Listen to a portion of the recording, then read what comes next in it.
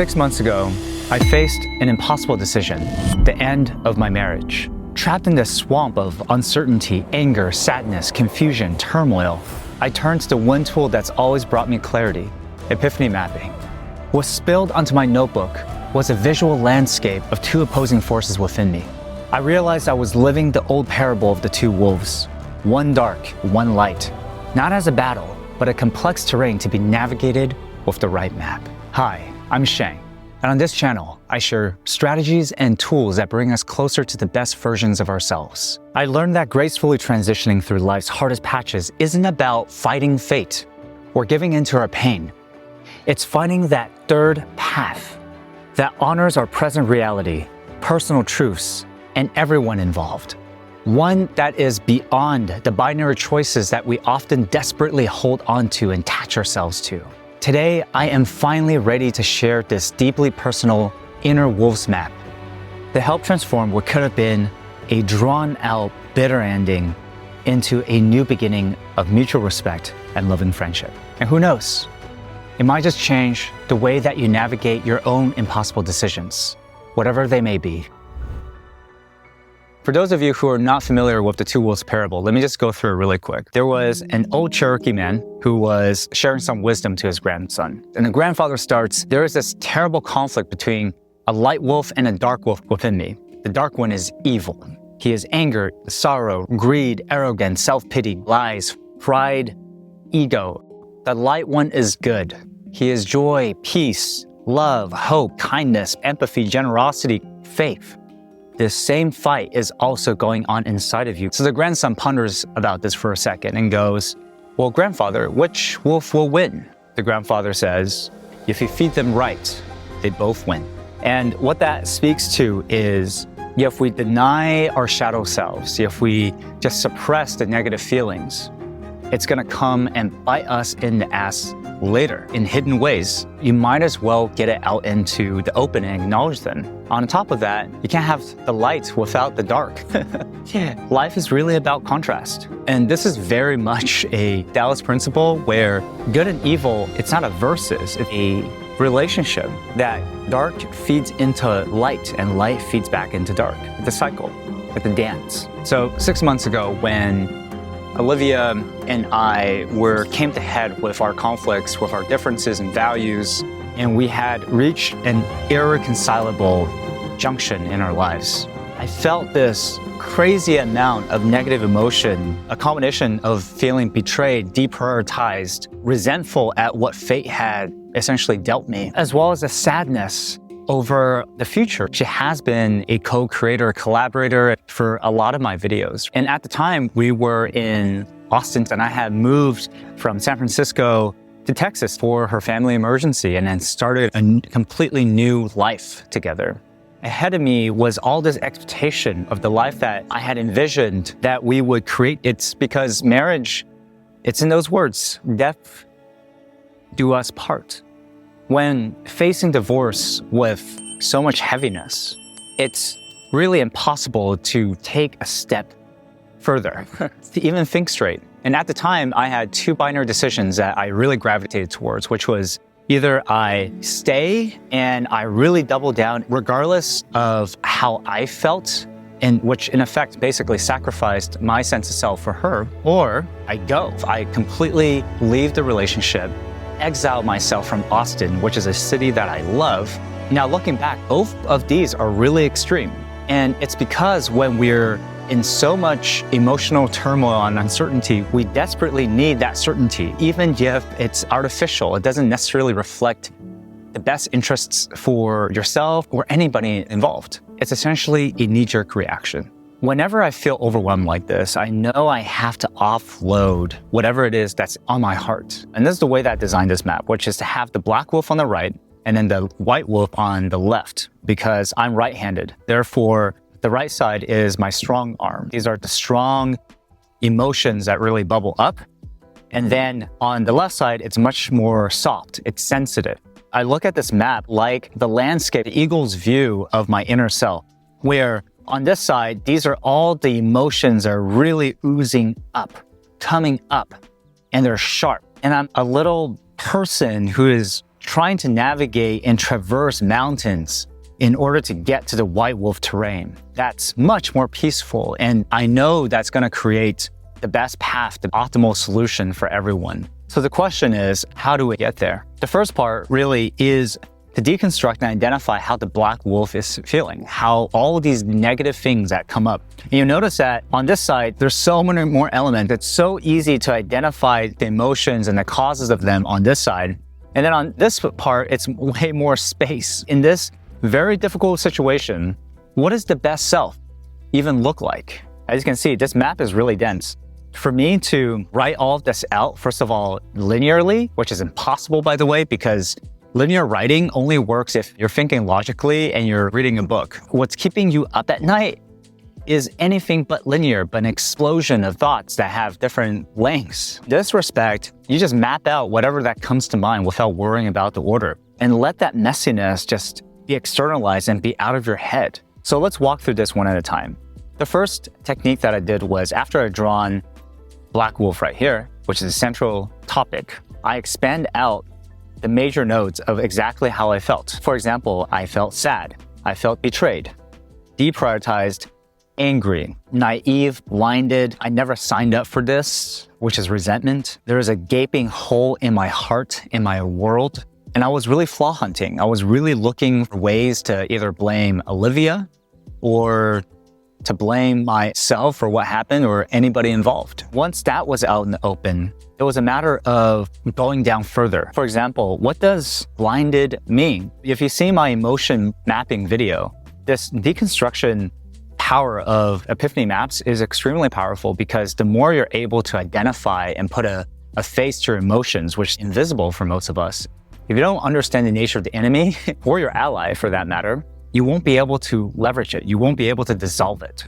or address it. So that's why it's so important to keep breaking it down until you feel like it's starting to make sense to you on a deeper level. Right here, we've got disillusioned. What that means is that I lost my innocence in the way that I was turning into just another ex, just another past story to be told in a past tense. I won't be part of her future in the way that I had always envisioned. So moving down a little bit to another node is, I felt really betrayed, on top of being blindsided, which is related to letting go as well as deprioritizing. So feeling deprioritized, what does that mean to me? How does that actually feel? I've tried my best, and even my best is not good enough. None of our experiences, none of our adventures were enough to have her choose me in this instance. But at the same time, am I being too greedy in this relationship? Am I asking for too much here? Is it because I have my ego at stake, where I want to be number one and the top priority in her life?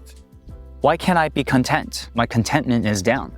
These connections using the red pen is really important, because this is the meta layer of how these elements are coming together. I like to see where the arrows are either originating from or landing on. In this instance, it's really clear that the flaw hunting part, or blaming, was a really big driver behind a lot of this. In fact, I would even go as far as to say that the anger, the betrayal, is what was fueling the flaw hunting as well. These connections give us a sense of the 80-20 rule. If I focus on the flaw hunting and really identify what this is, that means I'm going to be able to dissolve or resolve a lot of the other issues, other type emotions. We want to tackle the roots, not the branches. Zooming out a little bit, you can already tell that it took me like 15 minutes to fill up this map, because they were so concrete. And immediately after I'd drawn this map, I started to feel better, because it was starting to be externalized. It would be offloaded onto a piece of paper using nothing but pen and a notebook. Hey there, if you are finding this video helpful so far,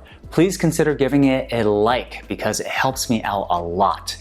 And if you want to go deeper, I have an extended learning edition in My Map Nation that covers advanced examples that didn't quite make it to YouTube. Check out the description below for more details. All right, let's get back into it.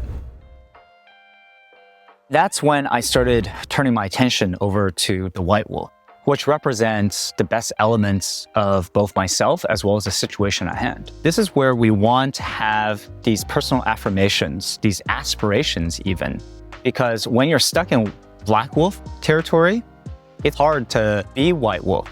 all we can do is leverage our human superpower of visualization. No other animal can just imagine themselves to be something and be it. If anxiety is a negative projection of the future, we might as well use that projection in an empowering way to help ourselves. With the white wolf, I reminded myself of change. During my 10-day silent meditation retreat at Vipassana, as well as all my interactions with nature, that concept of change has been deeply ingrained in me. Everything is always changing. I'm changing, you're changing, the situation's always changing.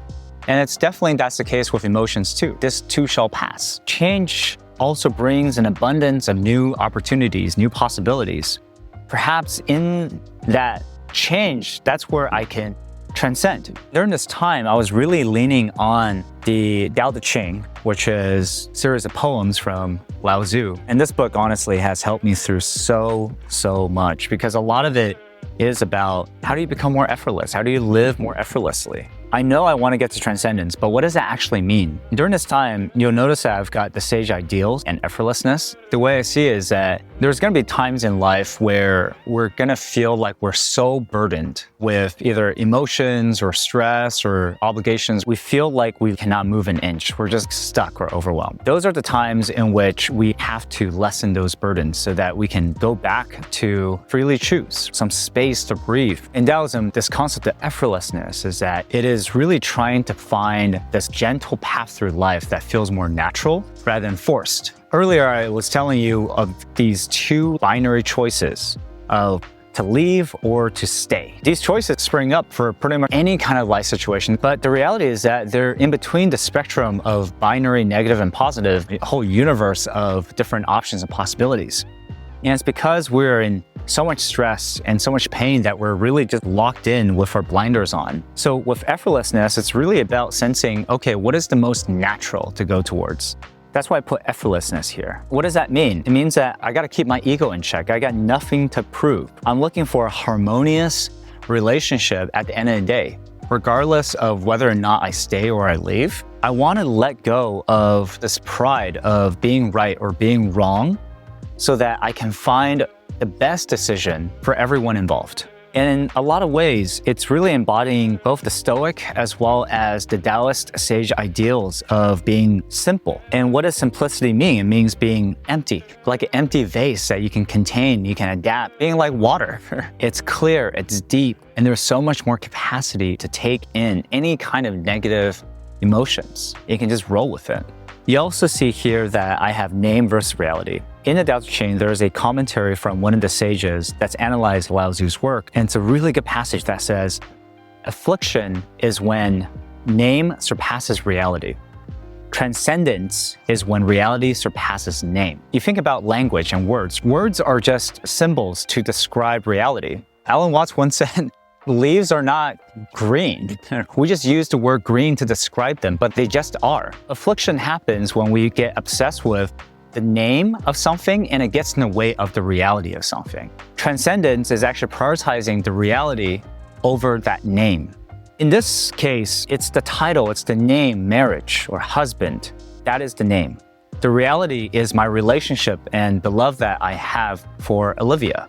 And this is where it's almost counterintuitive, where we decided to dissolve our marriage, the name, in order to save reality, our relationship. Precisely because if I held on and I lived a very heavy life or drawn this out, I would have held on to in such a painfully attached way to the word marriage, and I would have completely missed a possible third path, still divorcing Olivia and remaining in Austin to be in each other's orbit, to be friends, to transform and transition our relationship. The final one here is to dissolve the problem. And this is actually a concept that I learned from Richard Dotz. Most of us are going through life trying to solve problems. However, in trying to solve problems, we actually solidify the problem because that's where our attention is focused on. And this is where Richard provides an alternative. What if we just dissolve the problem? What if we just turn our attention and meditate on this reality in which our problem doesn't even exist? What does that no problem state even look like?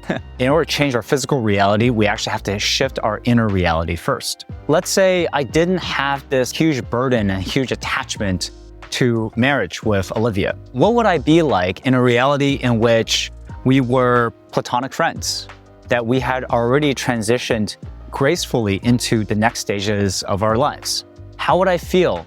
How would I show up? What kind of decisions would I make? So this is what I mean by turning your attention away from the problem state to a reality in which the problem doesn't even exist.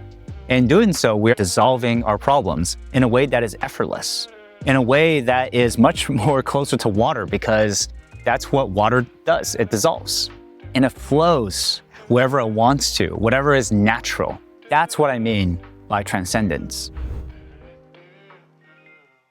I see this as a roadmap of where you are right here, and where do I want to move towards. And after I made this map, I realized this is actually super broadly applicable to pretty much like all of the times in which we feel like we're at crossroads, when we have this black wolf and this white wolf within us. Say you're facing career crossroads. Maybe you're considering leaving a secure, financially rewarding, but toxic role at work, and you want to start your own thing. Map your black wolf. Maybe it's a combination of concerns like financial security, identity loss, fear of failure, against your white wolf aspirations of, let's say, autonomy, purpose alignment, creative expression. And that bridge might actually be transferable skills, support networks, or stage transition plans. There are a million ways to apply this concept. Let me know in the comments below what you end up using this map for. Seriously, no more sitting on your ass. I'll see you guys on the next one.